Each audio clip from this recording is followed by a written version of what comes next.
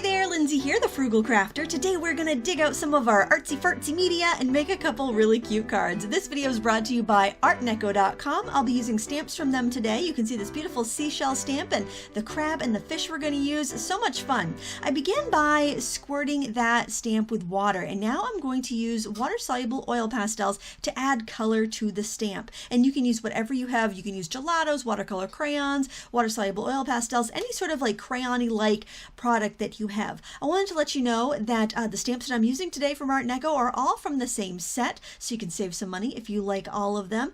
And I want to let you know, if you mention the Frugal Crafter the next time you order from artneco.com, you will receive 10% off. Or if your order's over $50, you'll get free shipping. Whichever deal is greater, whichever savings is greater, is the one you will get. Now that I have a few colors on this stamp, it's time to stamp it. And I like to give it another spritz of water to make sure all those colors are nice and juicy. And I'm stamping directly down onto some white cardstock. And you could use thick white cardstock, Bristol, watercolor paper that's smooth, whatever you happen to have that you like to work with. I'm pressing quite firmly because I want to make sure that medium transfers, and you can see I got a really great impression. But wait, there's more. I'm spritzing it again, and I'm going to stamp it again, and I'm going to get a slightly lighter impression this time. And you can get a few impressions this way, so your work really pays off. Now, the thing I like to do after this is actually go in with a damp brush or a watercolor brush, Waterbrush rather, and just kind of drag a little of that media around, because you're going to have some kind of thicker, clumpier lines. They're not really clumpy, but there's a lot of concentrated pigment in there that you can drag around, and it just gives it a really pretty watercolor result. Now we're going to do the same exact technique with the fish, and this time I'm going to start with yellow, and I'm going to go with this nice creamy, bright, orangey yellow all over the body. That way I know that I've got some color everywhere. Now I'm going to work my way darker, and I'm going to go in with some orange and just kind of hit certain spots with the fish. I want to leave some of the area still yellow, and I'm going to add a little bit of red. And remember, we did spritz the stamp before we began coloring, otherwise you may not drop any or deposit any media. Now I'm going in with a little bit of Prussian blue because I think it's kind of pretty. You get this really pretty black when you hit the blue in there, but it's not quite as dark as a true black. And now I am adding little bits of the black. Now I thought that looked pretty wet, so I didn't spray it again, so I'm going to just stamp it down and see what I get.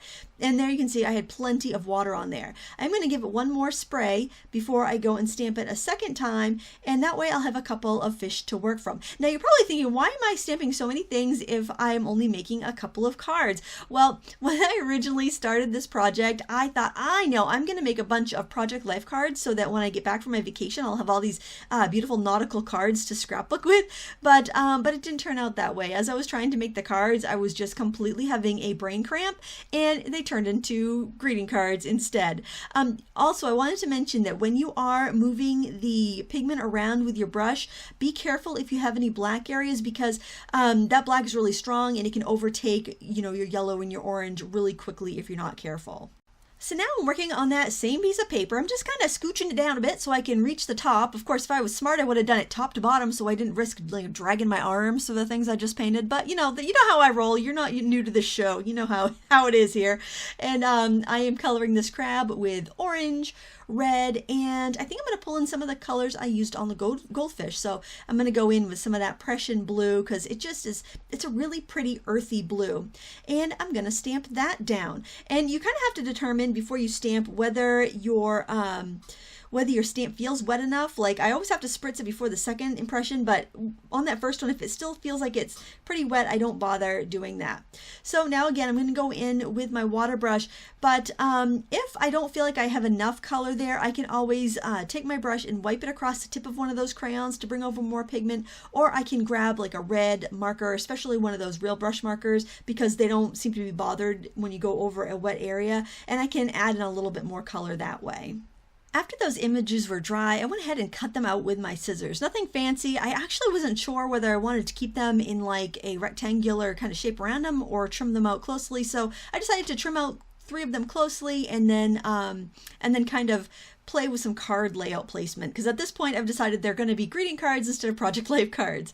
So I really felt this paper that I was using, that I'd actually already cut my paper to like 6 4x4 and 3x4 cards, thinking they were going to be Project Life cards. Well, surprise happens when you craft.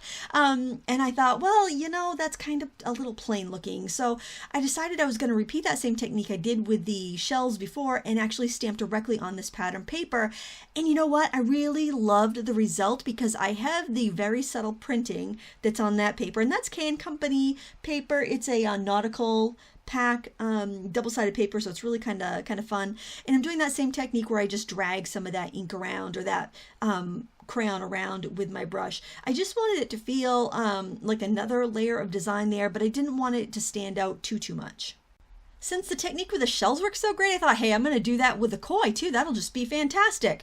But you know what? Sometimes things just don't turn out as planned. And after I looked at what I ended up with, I was a little disappointed. So I figured, you know what? That's fine. I'm just going to use a water brush. I'm going to spread out that paint, and I'll use it as a shadow to put my other fish on top of. But I still felt like it needed something before I started gluing stuff down, so I took the oil pastel and an old toothbrush, and I used that to spatter a bunch of that Prussian blue all over the background. I knew it would match because I'd use that to stamp my images with, and I think it just gave it a nice texture and a nice in-between layer between the things I'd stamped and the pattern paper design and the stuff I was going to put on top. And I also did that to any other papers I was planning on using during this in this set. And after the background was dry, I used foam adhesive to glue the fish on top of the shadow, and it actually does add a little dimension to the card, so it was totally a happy accident. At that point, I felt a little stuck on the other card, so I decided to hop over to the crab card that I was working on and try to put that together. So I decided to center up one of those 3x4 panels in the middle of the 4x6 panel, and then I'm just placing my shells and the crab, and I just wanted to see how I can make it all work together. Once I was happy with the placement, I decided to glue things down. I decided to use foam tape to glue down the crab so that he would stand out on the card a little bit more. And then for the shells, I didn't want them to be sticking out too much, so I decided to use just some plain white glue, which I keep in a fine tip applicator bottle just to make it a little bit easier to deal with when you got tiny little pieces like this. To keep my card flat and all the pieces stuck down while it dries, I'm actually using a clear stamp block to weight it down. That's probably one of my best tips because the glue doesn't seem to want to stick to the clear stamp block, so it just keeps everything in place and doesn't bother anything. Now I have this beautiful sheet of just like kind of faux postage, and I thought I would cut a few of those out and use them to embellish both of my cards. Oh, and I checked, in case you were wondering, this paper is from the Tim Coffey Travel Specialty Paper Pack from K&Co, because I know somebody's going to ask, and I think these designs are beautiful, so that's what they are, in case you were looking.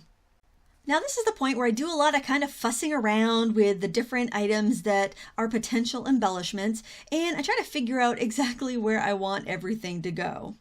When I'm happy with the placement, I simply glue everything down. I prefer to use my ATG gun if the item is big enough, but you could totally use white glue if you prefer. I decided I wanted to put these little collages I'd made onto 5x7 cream cards, but the problem was the 4x6 paper looked a little too tiny next to that big card base. So I decided to tear up some of the other papers that I had cut. Remember, I took that one sheet of double-sided paper and cut it into 4x6 and 3x4 panels? Well, I tore some of those panels and decided to arrange them so they made kind of a cool border for my card. So I was looking at it this way and I thought that looked pretty cool, but then I thought it would look a little bit better if I had more on the bottom of the card. It would give it a little more weight. So I moved that blue strip, which is the back side of actually what I was stamping on, that cream color, and I arranged that around on the front of my card. And when I was happy with that placement, I glued everything down again. But I still felt like it needed something, and I had this cute little fish here, and I thought maybe I could make that fit in the design. I didn't want to cover up my stamping though, because I thought that was really nice. And I also like the look of clustered elements on a card, so I figured that I could tuck that under my little sea turtle there and make it all work together so I could fit all of those elements in. On to the next card. You can see that blue paper. That's what I had used to mount the smaller piece and my other stamped items on. So I wanted to mat that, but I didn't want to waste any more paper. So I took one of those 6x4 pieces I had pre-cut and cut it diagonally. And that way I can have kind of a funky mat on my card base. I should have been a little neater with that, but it turns out it looks pretty cool. But I would try to cut a straight line if I were you, if you're doing this. And now I'm simply going to ink the edges. of this piece because I want it to stand out from the cream cardstock that I'm using because it is kind of like a tone-on-tone cream. It doesn't really show up that much, so I just wanted to give it a little bit more of a distinction there. And then I just adhered that down onto my card base. And then I adhered the semi-done blue panel with a crab on it on top. So I needed to kind of get that laid out before I talked about any or thought about any embellishments because I just need to know what else I could add to it without distracting from what I've already done. And just like I did with the other card, I added some of those faux postage stamps that I cut out from that pretty pattern paper and just glued them on the card to embellish it. I think that's really all it needs, and I think it looks really pretty. There's nothing like a matching envelope when you're giving a handmade card. I think it just makes it seem extra special. And so what I'm doing here is taking this junk boat stamp from Art & Co, and I am going to color it with some markers. And I'm using these real brush pens, but any sort of water-based marker is going to work fine for this. Or you could even use your ink pads. Ink it up with a light color first, and then you can simply dab on gently some other colors of ink. But if you are using ink pads for this, make sure that you definitely go light to dark and work in the same color family so you don't contaminate your inks. If you spray your stamp before you stamp it down, you're going to get more of a watercolor look, and if you just stamp it on its own, you're going to get more of a distressed look. So you can do whatever you want, whatever fits your card better. I think this is fun, and I can't wait to mail these out because I think they'll be appreciated. Even though it wasn't what I set out to make, I'm really happy that I made these because it's always nice to have all occasion cards on hand. I want to thank our sponsor, artandco.com, for sponsoring this video. Make sure to mention the Frugal Crafter if you order. That is the Frugal Crafter. It's like I forgot how to talk today. Not only did my project not go as planned, but I apparently can't speak. To save 10% on your order or to get free shipping if your order's over $50. I thank them for their support, and I thank you for sticking around and watching this video with me. And until next time, happy crafting.